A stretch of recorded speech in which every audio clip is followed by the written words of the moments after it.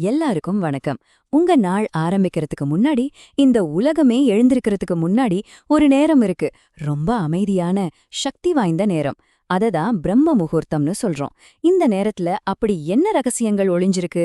அது எப்படி உங்க மனச மாத்தி உங்கள நீங்களே ஆழமா புரிஞ்சுக்க உதவும்? வாங்க இந்த பயணத்துல ஒன்னா சேர்ந்து தெரிஞ்சுக்கலாம். அதிகாலை 4 மணி. சுத்தி அப்படி ஒரு அமைதி இருக்கும் இல்லையா? அந்த நேரத்துல எழுந்தா நமக்கே ஒரு மாதிரி வித்தியாசமான ஃபீல் வரும். கவனிச்சிருக்கீங்களா? சிலர் இத ஒரு தெய்வீகமான நேரம்னு சொல்றாங்க. சிலரோ இது வெறும் பழங்கால கட்டுக்கதைன்னு சொல்றாங்க. இதுல எது உண்மை? இன்னைக்கு நாம இந்த கேள்விக்கான பதில தான் தேட போறோம். சரி, அப்போ முதல் கேள்விக்கே வந்துடலாம். இந்த பிரம்ம முகூர்த்தம்னா உண்மையிலே என்ன அது? அதுக்கு என்ன அர்த்தம்? வேதகால கணக்குப்படி பாத்தீங்கன்னா ஒரு நாள 30 முகூர்த்தமா பிரிச்சிருக்காங்க. ஒரு முகூர்த்தம்னா கிட்டத்தட்ட 48 நிமிஷம். அப்போ பிரம்ம முகூர்த்தம்னா சூரியன் உதிக்கிறதுக்கு முன்னாடி வர்ற கடைசி 2 முகூர்த்தம். அதாவது மொத்தம் 96 நிமிடங்கள். இததான் படைப்பாளரோட நேரம்னு சொல்றாங்க. நம்மள நிறைய பேருக்கு ஒரு பொதுவான சந்தேகம் வரும். பிரம்ம முகூர்த்தம்னா தினமும் கரெக்டா 4 மணின்னு நினைச்சிட்டு இருப்போம். ஆனா உண்மை அது இல்ல. அது ஒரு குறிப்பிட்ட ஃபிக்ஸ்டு டைம் கிடையாது. நீங்க இருக்கிற இடத்துல சூரியன் எப்போ உதிக்குதோ அதை பொறுத்து ஒவ்வொரு நாளும் அது மாறிட்டே இருக்கும். அப்போ உங்களுக்கான பிரம்ம முகூர்த்த நேரத்தை எப்படி கரெக்டா கணக்கிடுறது? ரொம்ப சிம்பிள். உங்க ஊர்ல சூரியன் உதிக்கிற நேரத்தை முதல்ல பாருங்க. உதாரணத்துக்கு காலையில 6:30 மணிக்கு சூரிய உதயம்னா அதுல இருந்து சரியா 1:36 மினிட்ஸ மைனஸ் பண்ணுங்க. அவ்வளவுதான். உங்களுக்கான அந்த புனித நேரம் காலையில 4:54 மணிக்கு தொடங்குது. இது வெறும் கடிகாரத்தை பாக்குற கணக்கு இல்ல, நம்மள இயற்கையோட சேர்க்கிற ஒரு கணக்கு. சரி, இந்த டைம் ஏன் இவ்ளோ பவர்ஃபுல்னு சொல்றாங்க?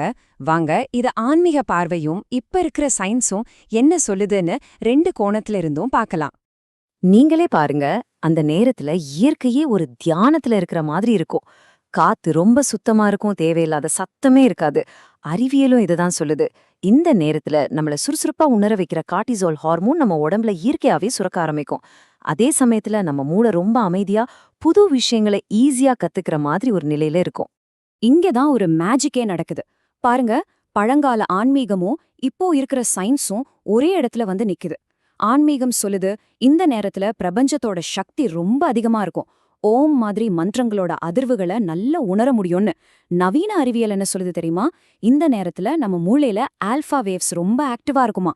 இந்த அலைகள் தான் நம்மள ஆழமான தியான நிலைக்கும் சூப்பரான கிரியேட்டிவிட்டிக்கும் கொண்டு போகுது. ஒருவேளை இந்த ஆழமான கவனமோ கிரியேட்டிவிட்டியும் தான் காரணமோ என்னவோ. வரலாறு முழுக்க பாத்தீங்கன்னா பெரிய பெரிய எழுத்தாளர்கள், யோகிகள், ஞானிகள், ஏன் சக்சஸ்ஃபுல் லீடர்ஸ் வரைக்கும் நிறைய பேர் இந்த அதிகாலை நேரத்தை அவங்க வெற்றிக்கு ஒரு கருவியா பயன்படுத்தியிருக்காங்க. ஓகே, இதோட முக்கியத்துவம் இப்போ நமக்கு புரிஞ்சிருச்சு. ஆனா இதை எப்படி நம்மளோட டெய்லி லைஃப்ல ஒரு பழக்கமா கொண்டு வர்றது, அத பத்தி தான் இப்போ பார்க்க போறோம். சரி, இந்த கோல்டன் டைம்ல என்னெல்லாம் பண்ணலாம்? சும்மா ஒரு 10 நிமிஷம் தியானம் செஞ்சா போதும், உங்க மனசு ஒருமுகப்படும். மந்திரங்களை சொல்றது ஒரு பாசிட்டிவ் வைப்ரேஷனை உருவாக்கும். சிம்பிளா சில யோகாசனங்கள் பண்றது உடம்புக்கு நல்ல புத்துணர்ச்சி தரும். இல்லனா ஒரு நல்ல புக்க படிக்கலாம், இல்ல உங்க எண்ணங்களை ஒரு டைரியில எழுதலாம். இது கூட உங்க மனசுக்குள்ள ஒரு தெளிவை கொண்டு வரும். ஆனா இது எல்லாத்துக்கும் ஒரே ஒரு ரூல் இருக்கு. ரொம்ப ரொம்ப முக்கியமான ரூல். இந்த நேரத்துல உங்க போனை தொடவே தொடாதீங்க. தயவு செஞ்சு தொடாதீங்க. அந்த அதிகாலை அமைதிய சோஷியல் மீடியா சத்தம் கெடுத்துடக்கூடாது. டிஜிட்டல் உலகத்திலிருந்து விலகி இருக்கிறது தான் இந்த நேரத்தோட முழு பயனையும் அடைய ஒரே வழி. இங்க எல்லாரும் பண்ற ஒரு தப்ப கண்டிப்பா சொல்லியாகணும். பிரம்ம முகூர்த்தத்துல எந்திரிக்கணும்னா தூக்கத்தை கெடுத்துக்கணும்னு அர்த்தம் இல்லவே இல்ல. அதுக்கு நேர்மாறா 6-7 மணி நேரம் நல்லா தூங்கி ஃப்ரெஷ்ஷா எந்திரிக்கிறது தான் சரியான வழி. இது நல்ல ஓய்வோட விளைவா இருக்கணுமே தவிர சோர்வுக்கு காரணமா இருக்கக்கூடாது.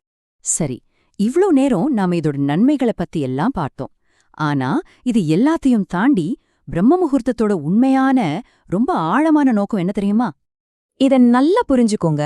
பிரம்ம முகூர்த்தம்ங்கிறது உங்க வேலைகளை சீக்கிரம் முடிக்கிறதுக்கான ஒரு ப்ரொடக்டிவிட்டி ஹேக் கிடையாது. இல்லவே இல்ல.